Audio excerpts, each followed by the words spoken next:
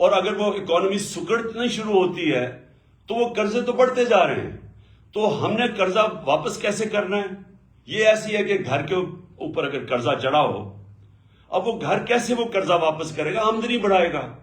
آمدنی بڑھائے گا تو وہ قرضے واپس کرے گا. اگر گھر کی آمدنی گرنی شروع ہو جائے تو قرضے تو وہی کہ وہاں سود لگتا جائے گا، قرضے بڑھتے جائیں گے. پاکستان کا مسئلہ یہ ہے کہ ہمارے اوپر جو قرضے چڑھے ہوئے ہیں، ہم نے قرضے کی قسطیں ادا کرنی ہے. اور اگر ہماری آمدنی نہیں بڑھتی تو وہ قسط میں ہماری کیپیسٹی آمدنی قسط واپس کرنے کے لیے وہ کم ہوتی جائیں گی. تو نمبر 1 مسئلہ اب اس وقت ملک کا کیا آ رہا ہے کہ جو ہم نے اپنے دور میں ریکارڈ ایکسپورٹس بڑھائی تھی، ریکارڈ ریمیٹنسز تھی، آئی ٹی کو ہم تیزی سے اوپر لے کے جا رہے تھے، جو کہ مستقبل ہے. ٹیکنالوجی تو مستقبل ہے نا دنیا کا. سب سے زیادہ پیسہ تو اب ٹیکنالوجی میں آتا ہے، آئی ٹی کے اندر. تو وہ بھی پہلی دفعہ پاکستان میں 75% ہماری وہاں ایکسپورٹس بڑھ گئی تھی. 32 ارب ہماری ریکارڈ ایکسپورٹس تھی، 31 ارب ریکارڈ ہماری ریمیٹنسز تھی، اور ٹیکس کلیکشن ہماری ریکارڈ تھی 6.1 ٹریلین، یعنی 6100 ارب روپیہ. تو ہر طرح ہم آمدنی بڑھاتے جا رہے تھے، اور اس سے ہم نے اپنی قسطیں دینے کا ہماری کیپیسٹی بڑھتی جا رہی تھی. اور انشاءاللہ اگر ہمیں آگے بھی موقع ملے تو ہم نے کیسے مقابلہ کرنا ہے؟ اپنی آمدنی بڑھا کے. جو 6% گروتھ ریٹ تھی ہماری چوتھے سال، اور 5.7% گروتھ ریٹ تھی تیسرے سال کرونا کے باوجود، یہ 17 سال میں سب سے زیادہ گروتھ ریٹ تھی پاکستان کی. تو جب گروتھ ریٹ بڑھتی ہے تو آپ کے پاس پیسہ ہوتا ہے قرضے واپس کرنے میں. اور جو ہماری یہ بھی یاد رکھ لیں کہ 17 سال میں سب سے زیادہ زراعت کے اندر ہماری گروتھ ہوئی تھی 4.5%. یہ 17 سال کے بعد تھی. تو آمدنی تو ہماری بڑھتی جا رہی تھی. انہوں نے کیا کیا آتے ساتھ؟ انہوں نے آتے ساتھ ہی پہلے تو جیسے انہوں نے آتے ساتھ فیصلے کیے، مارکیٹس کے اندر پینک پھیل گئی. مارکیٹس نے وہ بڑی تیزی سے دیکھتی ہیں کہ ان کے پاس تو کوئی پلان ہی نہیں لے کے آئے، ان کے پاس تو کوئی پلان ہی نہیں ہے کہ پیسے واپس کیسے کرنے ہیں. اور جیسے یہ ہوا، ہماری وہ گرنی شروع ہو گئی، ہماری مارکیٹ کے اندر روپیہ گرنا شروع ہو گیا، اور مارکیٹس پیچھے ہٹنا شروع ہو گئی. اور یہ میں نے پہلے 1 جون کو انٹرویو دیا تھا اس کو سمیع ابراہیم کو، جس میں نے کہا تھا کہ کیونکہ ان کے پاس اب پلان نہیں ہے، مجھے خطرہ یہ ہے کہ یہ ملک کو ادھر لے کے جا رہے ہیں کہ اگر اکانومی سکڑنی شروع ہو گئی تو ہم اپنے قرضے واپس نہیں کر سکیں گے. اور میں نے تب پریڈکٹ کیا تھا، یہ آپ سے تقریباً آپ سوچتے 6 مہینے پہلے، کہ یہ جس طرح جا رہے ہیں یہ ملک کو ڈیفالٹ کی طرف لے کے جا رہے ہیں. اور ڈیفالٹ کا آپ اندازہ نہیں لگا سکتے کہ خدا نہ خواستہ ہم ڈیفالٹ کر جائیں تو ملک ادھر پیچھے چلا جائے گا. اور اگر کسی نے بیل آؤٹ بھی کرنا ہوا تو پاکستان کا جو سیکیورٹی ہے، نیشنل سیکیورٹی، وہ خطرے میں چلی جائے گی. تو بڑا انہوں نے شور مچایا کہ جی دیکھیں عمران خان کو غدار مجھے کہہ دیا، اور اسمبلیوں میں بڑا شور مچایا. تو آج ساری دنیا کہہ رہی ہے کہ ہم ڈیفالٹ کی طرف جا رہے ہیں. انہوں نے 7 مہینے کے اندر ملک سے جو کیا ہے وہ دشمن بھی نہ کرے. سب سے پہلے تو جو کیپیسٹی تھی قرضے واپس کرنے کی، وہ گرنی شروع ہو گئی، ایکسپورٹس گرنی شروع ہو گئی، ریمیٹنسز تھی وہ گرنی شروع ہو گئی. انہوں نے جب ڈالر کو روکا، اس کی جو اصل ویلیو ہے، تو جو ڈفرنس تھا ڈالر میں اور مارکیٹ ریٹ میں، جو آفیشل ریٹ اور مارکیٹ ریٹ میں جتنا وہ بڑا، ریمیٹنسز گرنی شروع ہو گئی. اوورسیز پاکستانیز کا اعتماد اٹھ گیا. اور اس کے بعد آج یہ حالات ہے کہ انٹرنیشنل مارکیٹس کا اعتماد اٹھ گیا. جو سی ڈی ایس ایک ہوتا ہے کہ پاکستان کی کیپیسٹی قرضے واپس کرنے کی، یہ جو سی ڈی ایس، یہ ہمارے دور میں 5% تھا کہ خطرہ ہے کہ پاکستان قرضے واپس نہیں کر سکتا، وہ 5% تھا. آج 100% سے اوپر چلا گیا. کہ مطلب یہ کہ باہر کی دنیا سمجھتی کہ پاکستان قرضے واپس نہیں کر سکتا، ڈیفالٹ کی طرف جا رہا ہے. اور دوسری طرف 88% پاکستان کی بزنسز یا انویسٹرز نے کہا ہے کہ ان کو اس حکومت پہ اعتماد نہیں ہے. تو نہ اندر اعتماد ہے، نہ باہر کے ملکوں کو اعتماد ہے. اور ان کے پاس اب روڈ میپ کیا ہے کہ اب ان کے پاس کیا طریقہ ہے کہ ملک کو ادھر سے نکالیں گے؟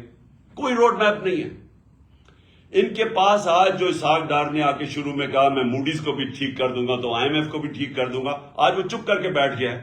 کیونکہ کوئی باہر سے لوگ ان پاکستان میں نہ انویسٹ کریں گے، نہ باہر کے کمرشل بینکس پاکستان کو قرضے دیں گے، کیونکہ پاکستان کا جو رسک ہے اب ڈیفالٹ کی وہ 100% سے بڑھ گئی ہے. اور دوسری طرف جب اندر بھی لوگ انویسٹنگ کریں گے تو ٹیکس کلیکشن اب گرنی شروع ہو گئی ہے، ان کی آمدنی کم شروع ہو گئی ہے. اور انڈسٹری، یہ یاد رکھیں کہ جو سب سے بڑا ہمارا کارنامہ تھا، ہمارا جو پاکستان کے اندر انڈسٹریل گروتھ تھی وہ 10.7% پہ تھی. یہ بھی کوئی 17-18 سال کے بعد سب سے زیادہ انڈسٹریل گروتھ ہو رہی تھی، جس سے نوکریاں مل رہی تھی. جس طرح فیصل آباد کے اندر ٹیکسٹائل انڈسٹری کو لیبر نہیں مل رہی تھی، مزدور نہیں مل رہے تھے، کیونکہ انڈسٹری گرو کر رہی تھی. آج وہ انڈسٹری آ گئی ہے 1% پہ. ہمارے دور میں 6% اکانومی گرو کر رہی تھی، آج آ گئی ہے وہ سمجھتا ہے کہ 1% سے بھی کم ہو گیا. اس کا مطلب بے روزگاری بھی بڑھتی جائے گی. اور اس کے اوپر جو زراعت ہے، جو کسان ہیں، آج کسان سڑکوں کے اوپر تھے. کیوں تھے؟ کیونکہ کسانوں کے اوپر جو چیزیں ہم نے جو ان کا فائدہ آیا تھا، ہم نے جو کسانوں کو پیکج دیا تھا، جس سے ہم نے انشور کیا تھا کہ ان کے جو ان کو منافع ہو، ان کی آمدنی بڑھے. ہم نے جو شوگر ملز کو دبایا تھا کہ آپ نے صحیح ٹائم پہ کرشنگ کرنی ہے، پھر کسان کو صحیح ٹائم پہ پیسے دینے ہیں اور پورے پیسے دینے ہیں. تو اس کی وجہ سے جب کسان کی آمدنی بھی بڑھی اور اس کے بعد اس کے پاس جب پروفٹس ہوئے، اس نے اپنی زمین پہ لگایا. اس لیے ہمارے زراعت میں 4 بمپر کراپس ہوئی تھی، جو مین 2 سال جو مین ہماری جو ہماری کراپس ہیں. تو آج کسان اس لیے رو رہا ہے کہ ڈیزل کی قیمت کہاں سے کہاں چلی گئی. اور میں ڈیزل کا یہ بھی بتا دوں کہ ڈیزل اور پٹرول ہمارے دور میں 150 روپے کے اوپر 1 لیٹر تھا. اور یاد رکھیں انٹرنیشنل مارکیٹ کے اندر اس وقت تیل کی قیمت 105 سے 110 ڈالر تھی پر بیرل. آج وہ نیچے آ کے 80 پہ پہنچ گئی ہے، 80-81 پہ. اور آج ڈیزل پہنچ گیا ہے 235 پہ، پٹرول پہنچ گیا 240 پہ یا 44 ہے. روپیہ ہمارے دور پہ جب انہوں نے نو کانفیڈنس کیا تھا تو 178 کا ڈالر تھا. آج ان کی آفیشل ریٹ کو چھوڑے مارکیٹ کے اندر 245-250 روپے پہ ڈالر نہیں مل رہا. تو ہوا کیا اس سے جو قیمتیں ہیں، جو ساری کاسٹ ہے وہ اوپر چلی گئی ہیں. 50 سال میں سب سے زیادہ مہنگائی ہوئی ہے. مہنگائی کی وجہ سے اسٹریٹ کرائم بڑھ گئی ہے. آپ پوچھیں ہر جگہ گاڑی، موٹر سائیکل گاڑی سنیچ کرنے کے لیے یہ ہر جگہ اسٹریٹ کرائم بڑھ گئی ہے، کیونکہ مہنگائی بھی بڑھ رہی ہے اور بے روزگاری بھی بڑھ گئی ہے. تو کہنے کا مقصد یہ ہے کہ ہمارے لیے تو کوئی نقصان نہیں ہو رہا، گالیاں تو ان کو پڑ رہی ہیں، لیکن ملک بیٹھتا جا رہا ہے. اور ہم اگر ابھی اپنے ملک کے لیے الیکشنز کی طرف نہیں جاتے تو پولیٹیکل سٹیبلٹی نہیں آنے لگی. جب تک پولیٹیکل سٹیبلٹی نہیں آئے گی، اکانومی سٹیبلائز نہیں کرے گی. اور ان کے پاس کوئی طریقہ نہیں ہے اکانومی کو سٹیبلائز کرنے کا، یا انویسٹمنٹ لانے کا، یا کوئی مدد کرے باہر سے. لہذا یہ جو ہم اسمبلیز کا ہم نے فیصلہ کیا ڈیزالو کرنے کا، اس کا سب سے پیچھے مقصد پاکستان ہے کہ ہمارے ملک کی اس وقت ضرورت ہے کہ ہم جلدی سے الیکشن میں جائیں، اس لیے کہ ایک سٹیبل گورنمنٹ جب آئے گی، جب مارکیٹس کو باہر بھی اندر بھی اعتماد ہوگا کہ اب حکومت آ گئی ہے 5 سال کے لیے، تو اس کے بعد وہ سٹیبلائز ہو جائے گا اور پھر اگلے لوگ پلاننگ کریں گے. جو سرمایہ کار ہے، جو انویسٹر ہے، وہ یہ ہمیشہ سوچتا ہے کہ میں اگر اپنا پیسہ لگاؤں گا تو ملک میں 1 سال 2 سال 3 سال کے بعد کیا ہوگا، کیونکہ ایک دم تو اس کو نفع نہیں ملنا شروع ہوتا. تو جب اس کو اعتماد ہی نہیں ہوگا کہ یہ گورنمنٹ کتنی دیر چلے گی، آگے کیا ہوگا، تو وہ پھر پیسے روک کے بیٹھ جاتا ہے، جو آج پاکستان میں ہوا ہے. تو اس لیے الیکشنز کروانے تاکہ پولیٹیکل سٹیبلٹی سے ہماری اکانومی سٹیبلائز ہو. دوسرا مسئلہ کیا ہے؟ دوسرا مسئلہ ہے صوبوں کے اندر. ہماری جو صوبائی حکومتیں ہیں، ابھی کے پی کے والوں سے بھی میری بات ہوئی ہے، محمود خان سے، یہاں پنجاب کی یہ بیٹھے ہوئے ہیں آپ کے سامنے محسن نگاری، یہ آپ کو بتائیں گے حالات کیا ہے. پنجاب میں غالباً 176 ارب روپے کی شارٹ فال ہے جو انہوں نے سینٹر نے دینی تھی، نہیں دی. پختونخوا چھوٹا سا صوبہ ہے، وہاں 120 ارب روپے انہوں نے دینے تھے، وہ شارٹ فال آ گئی ہے سینٹر سے.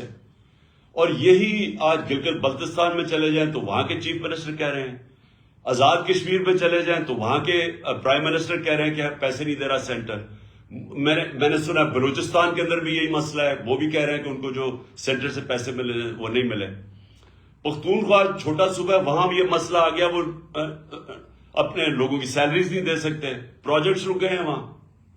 تو ایک طرف تو ملکی معیشت نیچے جا رہی ہے، دوسری طرف صوبوں کے اندر کرائسس آ گیا کہ جو ہماری گورنمنٹس ہیں، اگر ہمارے پروجیکٹس ہی نہیں پورے ہوں گے، جو ہم پرفارمنس کیسے دکھائیں گے؟ وہ دوسرا ایک خوف آ گیا صوبوں کے اندر. تو اس لیے یہ سب کچھ دیکھتے ہوئے یہ میں نے فیصلہ کیا تھا کہ اس وقت ہم یا تو یہ ہوگا کہ یہ ہمارے ساتھ بیٹھیں اور یہ سوچ لیں کہ تقریباً 66% پاکستان میں الیکشن ہوگا پختونخوا اور پنجاب کا، اگر یہ ڈیزالو کرتے ہیں اسمبلیز تو 66% پاکستان میں الیکشن ہوگا. تو کیا یہ ملک اور باقی ویسے رک جائے گا کام؟ کیونکہ ساری جو پارٹیز ہیں جو یہ ابھی بیٹھی ہوئی ہیں 12-13 پارٹیز پی ڈی ایم کی، ان ساروں نے بھی الیکشن میں نکل جانا ہے. تو گورنمنٹ تو فریز ہو گئی، فیڈرل گورنمنٹ. لہٰذا یا تو ہمارے ساتھ بیٹھیں اور بات کریں کہ جنرل الیکشن کی ہمیں ڈیٹ دیں کب آپ لانا چاہتے ہیں، نہیں تو پھر ہم اپنی اسمبلیز ڈیزالو کریں گے، ہم آپ کو موقع دیں گے. ہم یہ آپ کو موقع دے سکتے ہیں کہ ہمارے ساتھ بیٹھیں اور ہمیں بتائیں کہ کیا یہ آپ چاہتے ہیں کہ صرف 66% پاکستان میں الیکشن ہو اور آپ سینٹر پہ بیٹھے رہیں. تو ایک تو یہ آپ کے ان کے لیے ہے بیٹھنے کے لیے نیگوشیٹ، کیونکہ ابھی تک ہم نے بڑی کوشش کی، یہ پاس ہی نام ہی نہیں لیتے الیکشن کے. صرف ایک وجہ ہے کہ ان کو ڈر لگا ہوا ہے کہ جیسی الیکشن ہوگا انہوں نے پٹ جانا ہے، تو یہ ڈرے ہوئے ہیں الیکشن سے، اور اس کے لیے ان کو کوئی فکر نہیں ہے ملک کی. ابھی تک جو ان کا روڈ میپ نظر آیا، میں یہ بھی آپ کے سامنے رکھ دوں، ان کا روڈ میپ کیا ہے؟ معیشت کے اندر تو تباہی کی طرف جا رہا ہے، تو ان کا تو کوئی ابھی تک نظر ہی نہیں آیا ہے کہ یہ کیسے نکالیں گے ہمیں وہاں سے. لیکن جو نظر آ رہا ہے وہ یہ ہے کہ ہمارے اوپر کیسز کریں، کسی طرح عمران خان کو ڈسکوالیفائی کریں.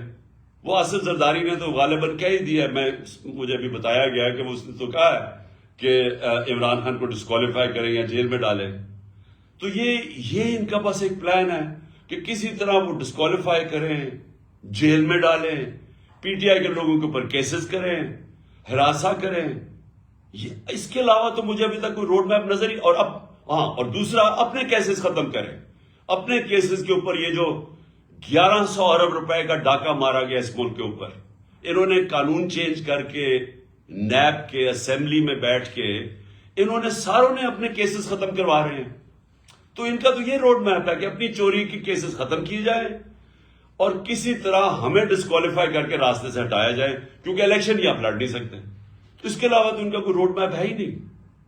اور اس لیے ہم نے یہ فیصلہ کیا کہ بجائے اب ہم، کیونکہ انہوں نے تو بیٹھنا نہیں الیکشن کے لیے، ملک ان سے سنبھالا نہیں جا رہا، لہٰذا یہ ہم نے فیصلہ کیا. میں پھر سے آپ کو کہہ دوں کہ کوئی ہمارے ساتھ کاف لیگ مکمل طور پہ کھڑی ہے، ان کی ٹوٹل بیکنگ ہے. انہوں نے مجھے چودھری پرویز الہی نے مجھے بالکل آ کے پوری اعتماد دیا ہے کہ جب بھی میں چاہوں گا انہوں نے اسمبلیز ڈیزالو کر دینی ہے، اسمبلی ڈیزالو کرنی ہے. تو ہمارے پاس وہ پوری آپشن ہے. میں صرف آپ کو میں صرف باری باری ڈویژن وائز آپ سے بھی میں سب سے بات کروں گا تاکہ آپ سب کو کلیئرٹی ہو جائے اس پہ، تاکہ آپ سب آن بورڈ ہو جائیں. میں نے صرف آپ کو یہ اوپننگ اس لیے کی تھی آپ کو بتانے کے لیے کہ میرا کیا مائنڈ سیٹ ہے اس فیصلے کرنے کے لیے. اور میں اب چاہوں گا کہ آپ کے جو بھی سوالات ہیں، لیکن کیونکہ اتنے زیادہ لوگ ہیں، سب کے سوال میں نہیں